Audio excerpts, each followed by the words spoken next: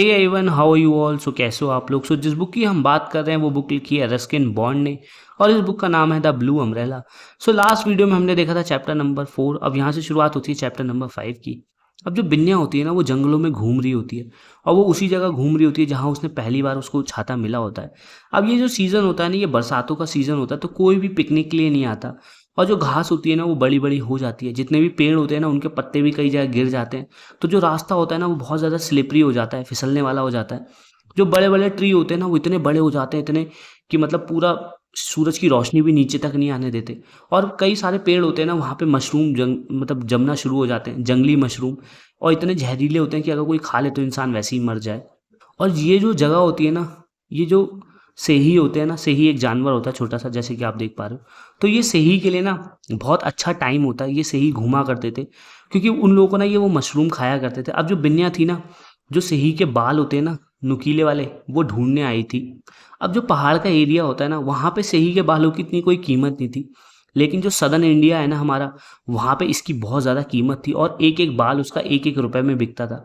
और जो राम भरोसे था ना, वो क्या करता था, जो भी उसके बाल लेके आता था, वो उसको ना क्या करता था, 10 पैसे में बेचा करता था। और उसके बाद उसको थोड़ा प्रॉफिट करके ना, जो प्लेन से ट्रेडर आते थे, उन लोगों को ज़्यादा मार्जिन पे बेच दिया करता था।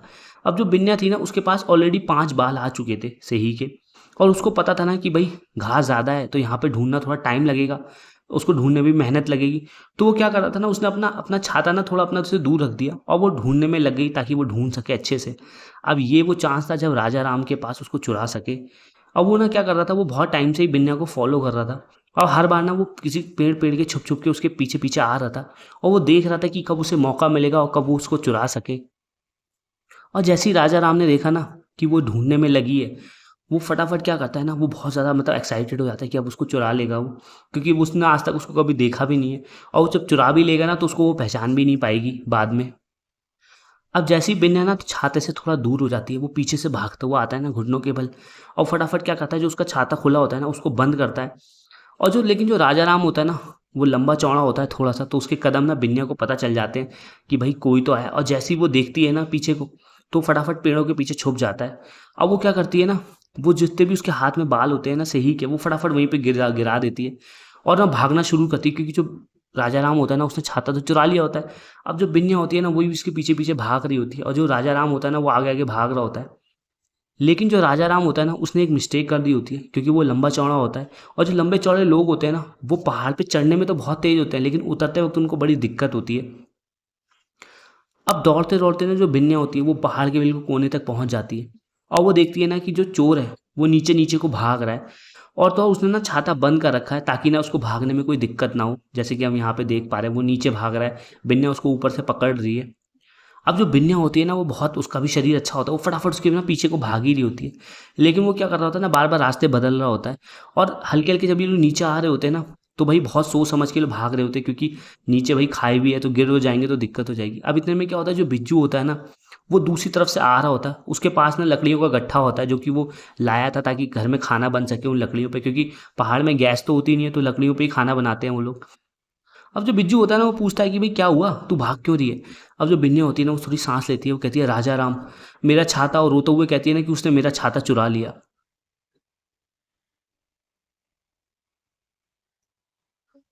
अब जो बिज्जू होता है ना, वो फटाफट जो भी उसके पास लकड़ियों का गट्ठा होता है ना, वो उसको गिराता है, और ना भागने लगता है अपनी सिस्टर के पीछे पीछे।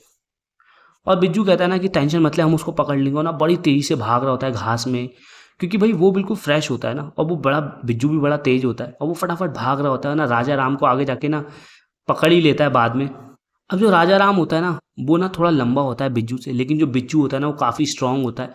उन दोनों में ना, उनमें पकड़ के खूब मार कुटाई हो जाती है।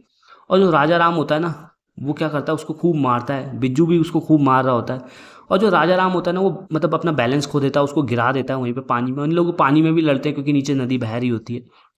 अब जो राजा राम होता है ना, उसके हाथ से छाता छूट जाता है, और वो पानी में बहने लगता है। अब जो बिन्या होती है ना, वो फटाफट जाती है वहाँ से पानी में ना, अपना छाते को पकड़ लेती है। वो नहीं चाहती कि उसका छाता बह जाए। जैसे कि देख रहे हैं हम लोग, ये दोनों लड़ रहे हैं एक दूसरे से। अब इन दोनों में ना बहुत ही खतरनाक फाइट होती है, दोनों खूब एक दूसरे से लड़ रहे होते हैं। कभी पत्थरों में, कभी रेत में, कभी पानी में, तो ये लोग खूब इनकी लड़ाई हो रही होती है। और जब ये लोग जंगलों में लड़ रहे होते हैं ना तो इनमें भाई थोड़ा हाथापाई हो रही है। तो जितनी भी चिड़ियाँ होती हैं ना जो पेड़ों के ऊपर बैठी होती हैं वो भी उड़ने लगती है, उनको डिस्टर्ब हो जाता है और वो भी ची ची करते हुए उड़ते हुए चली जाती है। अब तो दोनों एक दूसरे से लड़ रहे होता है, पूरे मिट्टी लग गई है। ठीक है, पानी में भी लड़ चुके थे ये लोग। लगभग 5 मिनट लड़ने के बाद ना जो बिज्जू होता है वो जीत जाता है। जो राजा राम होता है ना वो हार मान लेता है और उन्हें एकदम औंधे मुंह पड़ जाता है वहाँ पे मिट्टी में। अब जो बिज्जू होता है ना वो उसके ऊपर बैठ के पूछता है कि ये बता, तुझे किसने भेजा तुझे यहाँ पे। अब जब वो औंधे मुंह पड़ जाता है ना तो राजा राम कहता है ना, प्लीज़ मुझे छोड़ दो, मैं ये करना नहीं चाहता था, इस फालतू के छाते के लिए मैं ये क्यों करूँगा। अब जो बिज्जू होता है ना वो कहता है फिर तूने क्यों लिया, तूने किसके कहने पे ये सब किया। अब जो राजा राम होता है ना वो कहता है मैंने ये सब कुछ राम भरोसे के कहने पे किया, अगर मैं ये नहीं करता ना तो वो मुझे नौकरी से निकाल देता, मेरी नौकरी छूट जाती। मैं ये करना नहीं चाहता था, बस मैंने उसी के कहने पे किया। अब ये कहते ही तो ना वो भी शॉक्ड हो जाता है बिज्जू की, ऐसा क्या हो गया भाई। तो ये था इस चैप्टर में एंड आई होप सो ये वीडियो आपको अच्छी लगी हो। So thank you and stay connected.